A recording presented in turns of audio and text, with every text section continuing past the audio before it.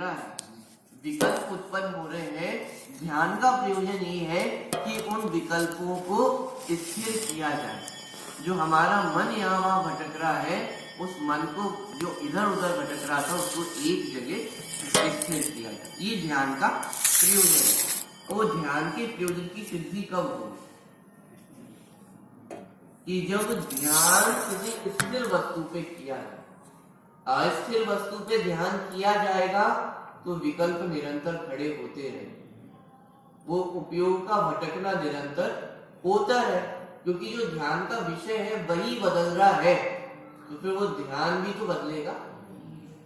तो इसलिए जब ध्यान की चर्चा होती है, द्रव्य दृष्टि की चर्चा होती है, दृष्टि के विषय की चर्चा होती है, तो उपयोग उस स्थिर वस्तु की ओर किया जाता है। क्यों? क्योंकि जब वस्तु स्थिर होगी तो वो उस पर ध्यान किया जाएगा, तो उपयोग भी हमारा कैसा होगा? एक जगह टिकेगा, एक जगह स्थिर होगा। तो यहाँ पे जो चर्चा है, द्रव्य स्वभाव से आत्मा कैसा है, कि द्रव्य स्वभाव से आत्मा एक, द्रव्य स्वभाव से आत्मा एक है, अर्थात उसमें अनेकता नहीं पाई जाती, क्योंकि अनेकता पे लक्ष्य किया जाएगा तो उपयोग स्थिर नहीं हो। कल चर्चा चली थी कि जो क्रोधाधिक भाव है वो कैसे है, कि विश्व रूप है। विश्व रूप है अर्थात अनेक रूप है। कितने अनेक रूप है? असंख्यात लोक प्रदेश, माने असंख्यात प्रदेश वो उनके हैं, माने असंख्यात लोक के बराबर जितने प्रदेश हो उतने प्रकार के वो भाव है। तो इतने तरह के यदि भाव है और उनपे यदि हमारी दृष्टि होगी तो उपयोग हमारा स्थिर हो सकेगा। कि यदि बदलते हुए परिणामों पे दृष्टि होगी तो हमारा उपयोग स्थिर नहीं हो सकता। तो इसीलिए दृष्टि कहाँ पे करे, कि वो एक स्वभाव पे दृष्टि पड़ता है, कि माने जहाँ पे अनेकता नहीं है, वो एक स्वभाव मेरा है। वो एक स्वभाव कौन सा है, कि चैतन्य मात्र, कि मैं ज्ञान मात्र ही हूँ, ये मेरा स्वभाव है। कि द्रव्य स्वभाव से आत्मा कैसा है, कि एक, माने उसमें अनेकता नहीं पाई जाती। तो द्रव्य स्वभाव से देखा जाए तो मैं एक जीव द्रव्य हूँ। तो बच्चों को सिखाई जाती है गिनती, धार्मिक गिनती सिखाई जाती है, आध्यात्मिक गिनती सिखाई जाती है, कि एक अर्थात कौन, कि आत्मा। कि साहब आत्माएं तो अनंत होती है, फिर आप एक क्यों कहते हैं?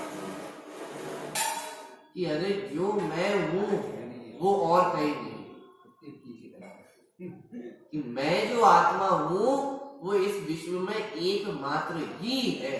मेरे जैसा इस जगत में अन्य और कोई नहीं। सब है तो दूसरी आत्माएं भी है, उनमें भी ज्ञान दर्शन पाया जाता है, उनमें भी चारित्र पाया जाता है। जैसे अनंत गुण हम में है वैसे ही अनंत गुण उनमें भी पाए जाते हैं। अरे जैसे अनंत गुण मुझ में है वैसे उनमें पाए जाते हैं, लेकिन जो अनंत गुण मुझ में है वो अनंत गुण किसी अन्य में नहीं। अरे इंग्लिश में एक शब्द कहा जाता है यूनिक। यूनिक अर्थात जो सबसे अलग, माने जिसके जैसा अन्य कोई ना हो, कि उसके जैसे यदि कोई बन जाए तो फिर उसका यूनिक पना खत्म। कि ताजमहल प्रसिद्ध क्यों?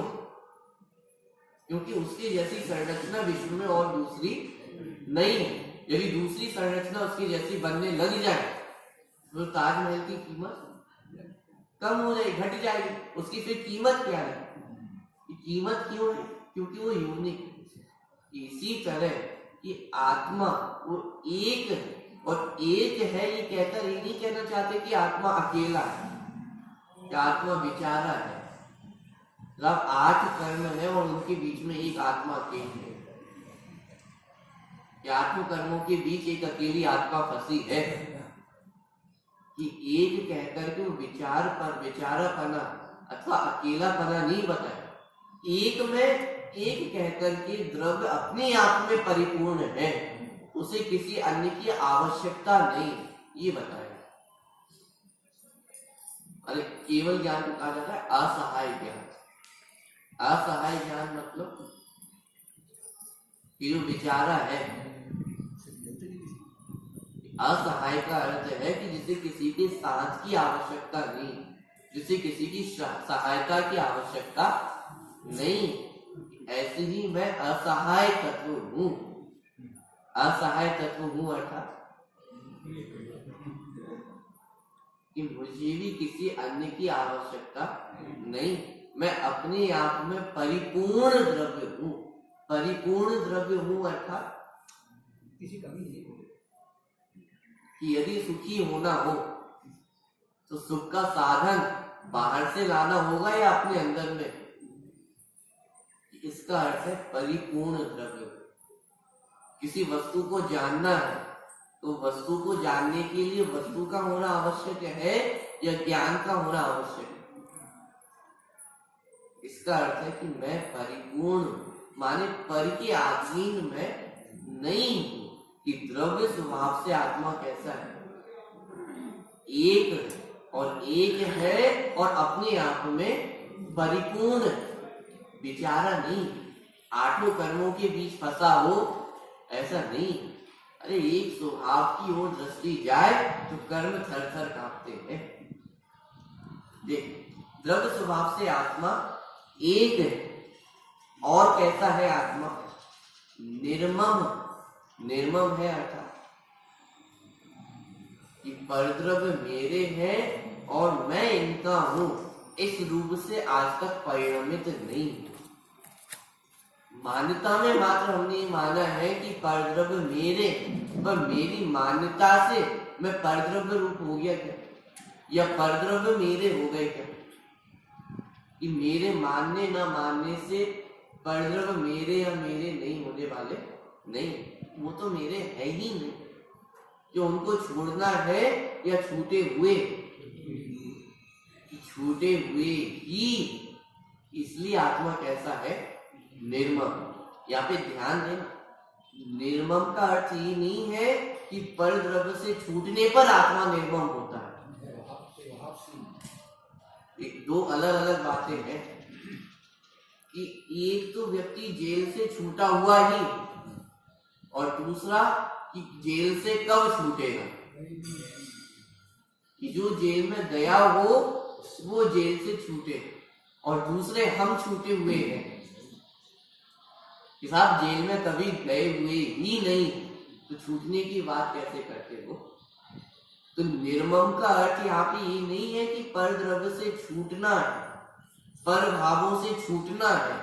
यहाँ पे निर्मम शब्द का अर्थ ये है कि पर द्रव्य और पर भावों से छूटा हुआ है, उनसे कभी बंधा नहीं हुआ है, इसलिए आत्मा कैसा है? निर्मम। यहाँ पे उस द्रव्य स्वभाव की दृष्टि कराई जा रही है, द्रव्य स्वभाव की चर्चा चल रही है, जो आज तक कर्मों से बंधा नहीं, कि कर्मों से बंधा नहीं है, इसलिए आत्मा कैसा है? अबंध स्वभाव। वो परद्रव्य प्रभाव मेरे कभी हुए नहीं है, इसलिए मैं कैसा हूं? कि निर्मम। कि परद्रव्य प्रभाव मेरे हुए नहीं, इसका अर्थ क्या? कि अनादि काल से शरीर का संयोग आत्मा के साथ चला आ रहा है, लेकिन आज तक आत्मा वो शरीर रूप से कभी परिणमित नहीं, इसलिए आत्मा कैसा है? निर्मम।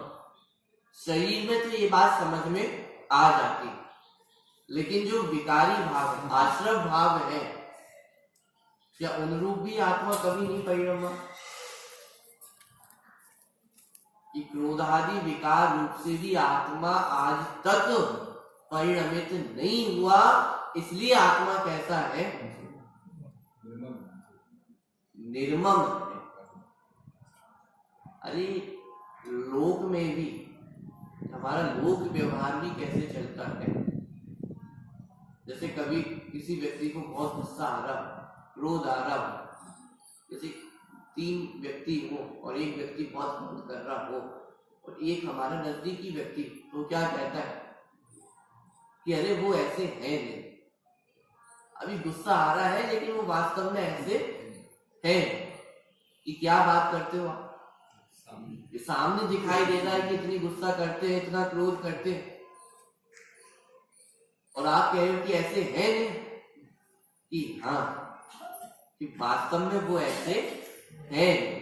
एक समय का क्रोध है, थोड़ी देर का क्रोध है, वो आया है और चला जाएगा, लेकिन वो वास्तव में ऐसे नहीं।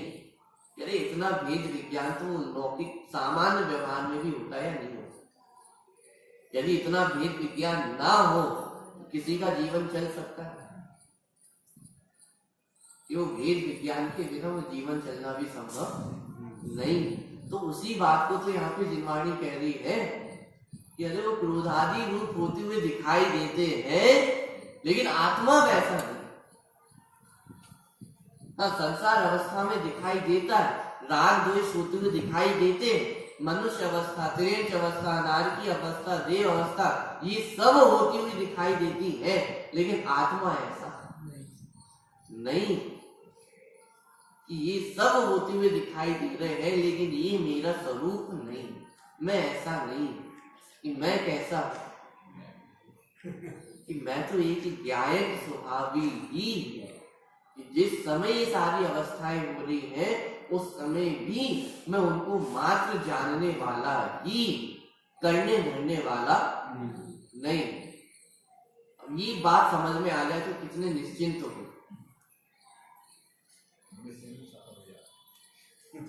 मानी ये बात समझ में आए, ये बात निर्णय हो, उसमें हमारे ज्ञान की सफलता है। माने आश्रम कितने प्रकार का होता है, कर्म कितने प्रकार के होते हैं, कि ये तो याद कर लिया, लेकिन इतना नहीं समझा कि मैं उनसे भिन्न तत्व हूं।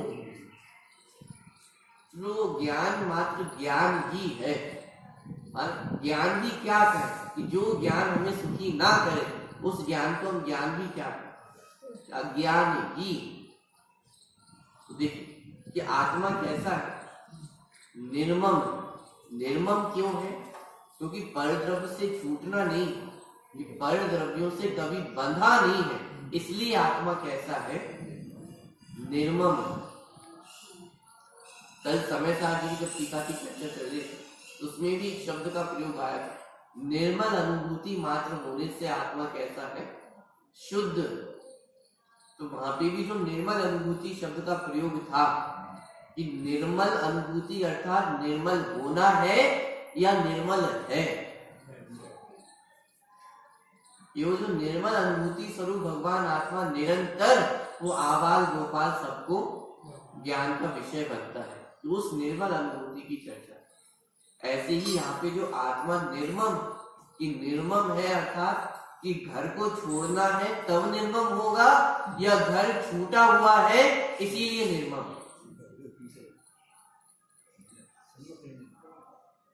कि घर छूटा हुआ है इसलिए निर्मम है, और जब उस निर्मम स्वभाव की दृष्टि जाती है तो घर बाहर में छूट जाता है। बात समझ में आई? लेकिन निर्मम इसलिए नहीं है कि घर छूट जाए, घर तो छूटा हुआ है इसलिए आत्मा कैसा है? निर्मम। क्रोधादि विकारों को छोड़कर आत्मा निर्मम होगा, या निर्मम है इसलिए वो क्रोधादि विकार पर्याय में भी छूट जाते हैं। यदि आत्मा निर्मम ना हो तो वे क्रोधादि विकार छूटे, फिर तो ममता से युक्त ही है ना, विकारों से युक्त ही है। जैसे ज्ञान और आत्मा ये दोनों एक में, ज्ञान आत्मा से युक्त है, आत्मा ज्ञान से युक्त है, तो ये आत्मा और ज्ञान कभी अलग अलग हो सकते हैं? तीन काल में कभी भी संभव नहीं है कि आत्मा और ज्ञान अलग अलग हो। क्यों? क्योंकि वो एक में है, उनमें भेद नहीं। लेकिन क्रोधादि विकारों से आत्मा रहित हो सकता है। इसका मतलब आत्मा क्रोधादि विकार रूप नहीं परिणमता है। क्रोधादि रूप आज तक आत्मा परिणमा नहीं है, इसलिए आत्मा कैसा है? कि निर्मम। बात समझ में आ गई? दो अलग अलग बातें समझ में आ गई, कि एक छोड़ना और एक छूटा हुआ होना। कि सिद्ध भगवान छूटे हुए थे और उस छूटे हुए स्वभाव पर दृष्टि की तो पर्याय में भी उनकी जो कर्म बंधन था वो छूट गया। लेकिन दृष्टि कहाँ पे की? कि वो अबंध स्वभाव पे, वो निर्मम स्वभाव पे जो कभी बंधा नहीं, कि जो परद्रव्यों के कभी हुआ नहीं है, कि उस स्वभाव पे दृष्टि करने से वो पर्याय में भी वैसी अवस्था प्रकट होती। तो आत्मा कैसा है? एक है और निर्मम, अर्थात यह मेरा है और मैं इसका हूं, ऐसे अभिनिवेश से, मिथ्या अभिप्राय से शून्य। आत्मा शुद्ध। कैसा है आत्मा? आत्मा शुद्ध है। अब यहाँ पे भी वही बात कि आत्मा को शुद्ध होना है या आत्मा शुद्ध है।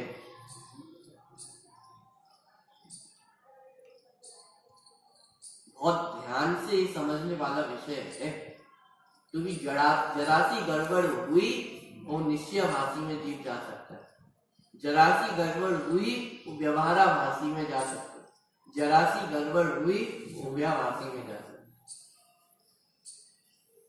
बहुत आराम से, बहुत ध्यान से समझने योग्य विषय कि आत्मा कैसा है, कि आत्मा शुद्ध, कि शुद्ध है, अर्थात कि आज तक जीव मोह राग द्वेष रूप परिणमित नहीं हुआ, कि इसलिए आत्मा कैसा है? शुद्ध है। उस जीव तत्व में आज तक परद्रव्य की मिलावट नहीं हुई है, इसलिए आत्मा कैसा है? शुद्ध ही। माने पर द्रव्यों से मिलावट आज तक नहीं हुई, पर भावों से जीव की मिलावट आज तक इस जीव स्वभाव में नहीं हुई है, इसलिए आत्मा कैसा है? शुद्ध। और सबसे स्टार्टिंग में एक शब्द का प्रयोग है कि द्रव्य स्वभाव। द्रव्य स्वभाव से अर्थात कि अभी उस दृष्टि से देख रहे हैं कि जहां हमें मात्र द्रव्य दिखाई देता है, अभी सिर्फ उस दृष्टि से देख रहे हैं कि जहां पे मात्र वो ध्रुवपना ही दिखाई देता है, और वो ध्रुवपने में कभी भी परिणमन होता नहीं, वहां कभी विकार रूप से परिणमन होता नहीं। कि उस स्वभाव से, उस दृष्टि से जब देखा जाए तो आत्मा कैसा है? कि शुद्ध ही, वो कभी अशुद्ध हुआ नहीं, कि आत्मा शुद्ध है, अर्थात द्रव्य कर्म भाव कर्म से रहित। क्या हेतु दिया शुद्ध होने का? कि द्रव्य कर्म और भाव कर्म से कैसा है? रहित। कि द्रव्य कर्म और भाव कर्म से रहित है।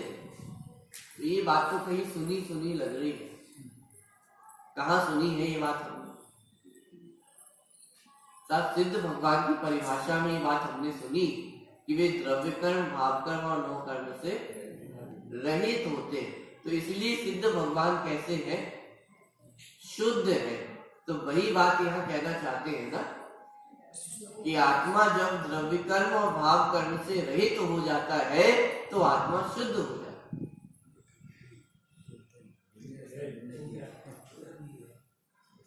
यही चर्चा चल रही है ना कि अरे वर्तमान में जिस अवस्था में हम हैं, मिथ्यात्व की अवस्था में, राग द्वेष की अवस्था में, एक घर गृहस्थी की अवस्था में, अरे आप घर गृहस्थी की बात कर रहे हैं, उत्तरेयन गति में जो जीव है उसकी भी चर्चा यहाँ है या नहीं? वो नरक गति में वो नारकी जीव जब एक दूसरे को, उसकी बात है या नहीं? माने उस प्रत्येक प्राणी की, प्रत्येक जीव की बात है कि वो द्रव्य कर्म भाव कर्म से रहित होने से कैसा है? शुद्ध है। अच्छा, भव्य जीव तो शुद्ध है, अभव्य जीव तो मनुष्य तो शुद्ध है, लेकिन नारकी जीव मात्र की चर्चा है। तो जीव मात्र कैसा है? कि द्रव्य कर्म और भाव कर्म से रहित होने से कैसा है? शुद्ध। कि शुद्ध होना है या शुद्ध है? कि शुद्ध है। शुद्ध है, और उस शुद्ध स्वभाव की जब दृष्टि जाती है तो पर्याय में भी शुद्धता प्रकट होती। कि हम बात तो करें कि शुद्ध होना है, शुद्ध होना है, फिर शुद्ध स्वभाव की दृष्टि किए बिना शुद्ध हुआ जा सकता है? कि पहले तो ये निर्णय करना होगा कि अरे मैं अशुद्ध कभी हुआ नहीं, मैं तो शुद्ध ही हूं। जब ऐसा निर्णय होता है तो पर्याय में भी अशुद्धता अपने आप निवृत्ति को प्राप्त होती है। बोलो, आश्रम भावों से निवृत्त होने के उपाय में क्या उपाय बताया? आश्रमों की तो चर्चा भी नहीं की, निवृत्ति आश्रमों से करनी है और आश्रम शब्द का प्रयोग भी नहीं किया। दृष्टि कहां पे करें? वो आश्रम उत्पन्न होने का कारण क्या है? कि वो कारण अपने स्वरूप की दृष्टि नहीं करना है। तो कारण को दूर करोगे तो कार्य तो अपने आप होगा या नहीं? कि मोह राग द्वेष उत्पन्न होने का कारण क्या है? कि अपने स्वरूप की दृष्टि नहीं है, ये मोह राग द्वेष होने के कारण। कि वो मिथ्यात्व है, इसलिए वो बाहर में कषाय, बाहर में विकार उत्पन्न होते। तो वो कारण को दूर करने का उपाय कि वो अपने स्वभाव की दृष्टि करना, अपने स्वरूप की सच्ची समझ करना, कि वो विकारों को दूर करने का उपाय। कि विकारों को दूर करना है या विकार तो दूर होते। कि जब दृष्टि अपने स्वरूप की ओर जाती है तो विकार दूर हो जाते। तो आत्मा कैसा है? कि शुद्ध है, अर्थात द्रव्य कर्म भाव कर्म से रहित है। और कैसा है आत्मा? ज्ञानी, अर्थात स्वपर प्रकाशक स्वभाव वाला। कैसा है आत्मा? स्वपर प्रकाशक स्वभाव वाला, कि स्व को भी जानता है और पर को भी जानता। मान पर को जानने के लिए अलग से कुछ करना पड़ता है? क्यों? जीव का सहज स्वभाव है। माने पर को भी जानता है, स्व को भी जानता है, और पर भी निरंतर उसके जानने में आते। तो कैसा स्वभाव है? कि स्वपर प्रकाशक स्वभाव वाला। स्वभाव अर्थात यहाँ जबरदस्ती पूर्वक, जोड़ पूर्वक करना पड़ता हो, कि ऐसा नहीं। जीव की सहज प्रवृत्ति है। और हम जो उपाय करते हैं, पर को जानना यदि मैं रोक दूं तो मैं सुखी होऊंगा, ये अपने स्वभाव का तिरस्कार है। कि पर द्रव्य को मैं नहीं जानूं तो उससे मैं सुखी हो जाऊंगा, ये तो हम अपने स्वभाव को लात मारने जैसा कार्य है। कि केवली भगवान भी पर को जानना रोक सकते। क्यों? क्योंकि वो स्वभाव है, वो सहज जानने में आता है। जीव दुखी जानने से नहीं होते। कि आप कभी ऐसे बाजार से निकले जहां मांसाहार बिकता हो, तो वहां हमारी स्थिति कैसी हो जाती है? कि आंख बंद कर ले, नाक बंद कर ले। क्या हो जाएगा? आंख बंद कर लेंगे, नाक बंद कर लेंगे, वो आपका जानना रुक जाए। क्या आपको पता नहीं चलेगा कि हम उस मार्ग से आगे बढ़ रहे? क्या हो क्या है? माने ऐसा करके हम अपने ज्ञान का तिरस्कार करते। हम ये चाहते हैं कि हमारा जानना बंद हो जाए, हमारा जानना रुक जाए। अरे जो हमारी सबसे बड़ी शक्ति है, जो इस उद्गल द्रव्य से हमें भिन्न करती है, उस शक्ति को ही हम क्या चाहते हैं? कि वो बंद हो। गोत्र बन के कारण, माने नीच गोत्र का बनने का एक कारण क्या है? कि जो दूसरे के सद्गुण है, कि उनके सद्गुणों का उच्छादन करना, माने उनको दबाना, और जो अवगुण है उनका उद्भावन करना, माने उनको और दिखाना, प्रकाशित करना, ये नीच गोत्रबद्ध का कारण। हम अपने गुणों को दबा रहे हैं या प्रकाशित कर रहे हैं? वो जानना मेरा स्वभाव है, जानना मेरी शक्ति है, और उस शक्ति का तो हम क्या कर देते हैं, उसको दबाना चाहते हैं, उसका तो उच्छादन करना चाहते हैं। मैं कैसा हूं, विकार में, राग द्वेषमय हूं, उसका उद्भावन करते हैं। माने हम अपने गुणों को दबाते हैं और विकारों को उत्पन्न करते हैं, तो हम अपने साथ अन्याय कर रहे हैं या नहीं? नीच गोत्र बनने का कारण है अरे अपने स्वभाव की दृष्टि करना और अपने स्वभाव का उद्भावन करना, ये पुरुषार्थ है। देखो, तो आत्मा का स्वभाव कैसा है? स्वपर प्रकाशक स्वभाव वाला है। माने स्व को भी जाने और पर भी जानने में आए कि ऐसे स्वभाव वाला आत्मा है। और जैसे वह केवली और शुद्ध केवलियों के ज्ञान गोचर है, वैसे ही सभी सम्यक दृष्टि को भी वह स्वसंवेदन ज्ञान गोचर है। अभी आगे की चर्चा और दूसरी विशेष चर्चा पर आगे चलें।